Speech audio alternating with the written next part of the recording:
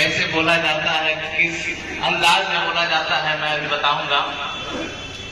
साथियों, ये सामने जो कुर्सी दो चार खाली है, निवेदन है जो बगल में बैठे हमारे साथी हैं वो सामने आ जाए, क्योंकि आज के तारीख में कुर्सी की लड़ाई है। गलत कह रहे हैं क्या? कुर्सी की ही लड़ाई है। हमारे लोगों ने कुर्सी छोड़ दिया तो ऐसे ऐसे लोग बैठ गए कि आज कुर्सियां छोड़ने का नाम ही नहीं ले रहे हैं। तो हमेशा कहीं कुर्सी खाली मिले तो तुरंत उस पर कब्जा कर लीजिए। कब्जा होगा कि नहीं होगा? होगा कि नहीं होगा?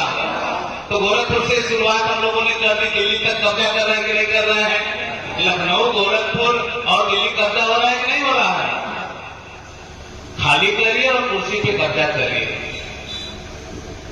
बहुत बहुत धन्यवाद।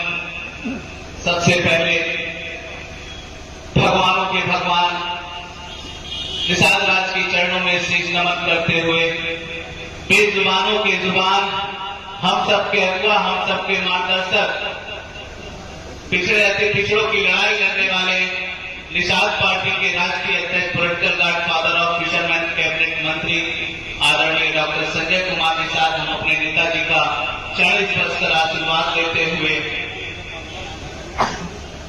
आज इस जिले के हमारे सबसे दमदार शानदार जिला अध्यक्ष मनोज निषाद जी, क्षेत्रीय अध्यक्ष महिपाल कश्यप जी, प्रदेश उपाध्यक्ष नारायण कश्यप जी, राजीव जी, विधानसभा अध्यक्ष कपिल कश्यप जी, ऋषिपाल कश्यप जी, लाल सिंह कश्यप जी, छत्रपाल कश्यप जी, छोटू बाबा हमारे जिला पंचायत सदस्य, चौधरी श्यामलाल सिंह जी, समरपाल सिंह जी, हमारे प्रधान अध्यक्ष, प्रधान अध्यापक भी हैं, कृष्णपाल कश्यप जी, युवा मोर्चा जिला अध्यक्ष जयवीर कश्यप जी, कृष्णपाल कश्यप जी, रामकिशन कश्यप जी, अखिलेश कश्यप जी जो संभल से चल के आए हैं, रवि राजपूत जी जो अमरोहा से चल के आए हैं, देवराज उपाध्यक्ष जो अमरोहा से चल के आए हैं सामने, और मंच पर बैठे सभी सम्मानित ऐसे चेहरे भी आज हमको वो दिखाई दे रहे हैं जो हमारे चुनाव में गए थे। यहाँ हमारे उस गोरखपुर की चौरी चौरा जो इतिहास की ऐतिहासिक क्रांतिकारी धरती है, उस क्रांतिकारी धरती पर जहाँ एक बहुत बड़ा इतिहास रहा है अंग्रेजों को इस देश से खदेड़ कर भगाने का। एक समय वो लड़ाई लड़ी थी और दूसरी हमारी लड़ाई लड़ने आप लोग यहाँ से चल के इतने लगभग 450 किलोमीटर आप लोग यहाँ से चल के गए थे। ऐसे जुझारू क्रांतिकारी साथियों का मैं एक बार जोरदार तालियों के साथ स्वागत अभिनंदन करना चाहता हूँ। साथियों एक बार तेज आवाज में बोलिए जय निषाद राज। मजा नहीं आ रहा है क्योंकि ये आवाज कई कई लोगों के दिमाग को डिस्टर्ब कर देता है। ये ऐसी आवाज है जो चुनाव आते ही सरगर्मी बढ़ा देती है।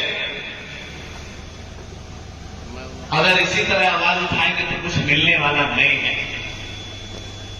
क्योंकि कसाई हमेशा इंतजार करता है बकरी का, वो शेर का नहीं गला काटता है। अभी शेर का गला काटते आप लोगों ने कसाई को देखा है, वो काटता है तो सिर्फ बकरी का, क्योंकि बकरी में करती है और शेर दहाड़ मारता है।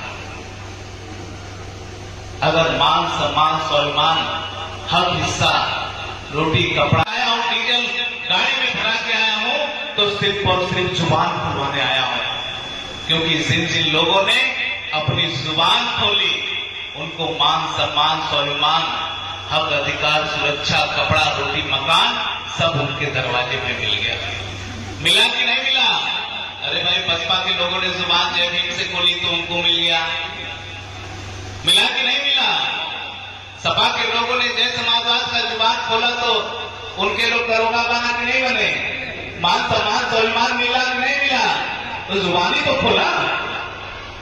तो जब जुबानी खोलने से नारा लगाने से ही सब कुछ मिल जाता है तो क्यों ना हम अपना नाम लगाएं?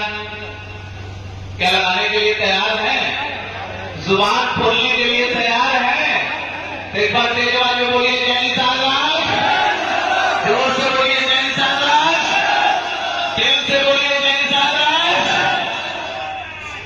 साथी, कुछ बोलने से पहले आज यहां मंच पर मैं उपस्थित हूं इतिहास की देन है। साथी, आज मेरी अगर जुबान खुल रही है तो वो इतिहास की देन है। साथी, और कहा भी जाता है कि इतिहास के खंडरों पे किसी समाज के बेहतर भविष्य का निर्माण होता है। साथी, क्योंकि जो समाज, जो लोग, जो समुदाय अपना इतिहास नहीं जानता, अपना बीता हुआ कल नहीं जानता, वो समाज कभी अपना भविष्य नहीं बना सकता। साथी, वो परिवार कभी अपना भविष्य नहीं बना सकता, वो देश कभी अपना भविष्य नहीं बना सकता। साथी, तो इतिहास को जानना बहुत जरूरी है। साथी, समय बहुत कम है क्योंकि मेरी यात्रा ही सारा समय लेगी। साथी, इलाहाबाद से लगभग 23 किलोमीटर दूर गंगा नदी के किनारे एक बहुत ही बड़ा विशाल किला है। साथी, बहुत ही बड़ा, बहुत ही विशाल किला है। साथियों, जो कभी गुमनाम की स्थिति में था। साथियों, उसे कभी कोई अपनी जुबान पे नाम नहीं लेता था। वो कई फीट जमीन में फंसा हुआ था। साथियों, कोई उसे निकालने वाला नहीं था, कोई उसे बताने वाला नहीं था, कोई पहचान कराने वाला नहीं था। साथियों, एक ऐसा अद्भुत और सबसे अद्भुत किया, मैं नहीं कह रहा हूं, ये भूल जाओ कि ये मैं कह रहा हूं। आप वहां जाओ, एक बहुत बड़ा बोर्ड, सरकारी बोर्ड, पुरातत्व विभाग के लोगों ने उस बोर्ड पे मोटे मोटे अक्षरों में लिख रखा है कि पूरे देश का सबसे लंबा, सबसे चौड़ा, सबसे विशाल किला महाराजा भोजराज निषाद का किला है। साथियों, तो साथियों, सवाल करने आया हूं इतनी दूर से, आप ही की सरजमी, आप ही के बीच, उस किले में कौन से लोग रहते होंगे? उस जमाने में कौन से लोग रहते होंगे? राजा के कि भिखारी के? किला तो जाहिर सी बात है राजा रहते होंगे, भिखारी तो रहते नहीं होंगे। तो साथियों, वही सवाल करने आया है, क्योंकि जिस दिन मैंने उस किले को देखा, हम जैसे नौजवानों का कलेजा फट गया, कलेजा टहल गया उस किले को देख के कि कैसे गुमनाम हम लोग थे। साथियों, कोई पहचान नहीं थे। साथियों, तो एक सवाल करने आया उतने किलोमीटर चल के। साथियों, कभी किसी जमाने में आपके पुरखे हुक्मरान हुआ करते थे, हुकूमत किया करते थे, राजनीति की कलम उनके हाथों में हुआ करती थी। दुनिया के लोग इसी भारत देश पे भीख मांगने के लिए आते थे। कई देशों के लोग भीख मांगने, कई देशों के लोगों का खर्चा ये भारत देश उठाता था।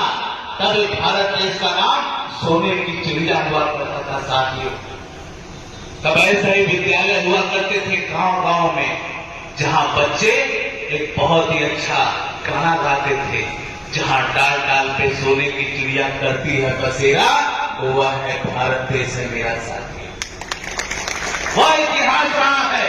कभी आपके पुरखे हुक्मरान थे, हुकूमत किया करते थे। तो एक बार पूरा हमारा समाज हुकूमत करना चाहिए कि नहीं करना चाहिए? करना चाहिए कि नहीं करना चाहिए? करना चाहिए कि नहीं करना चाहिए?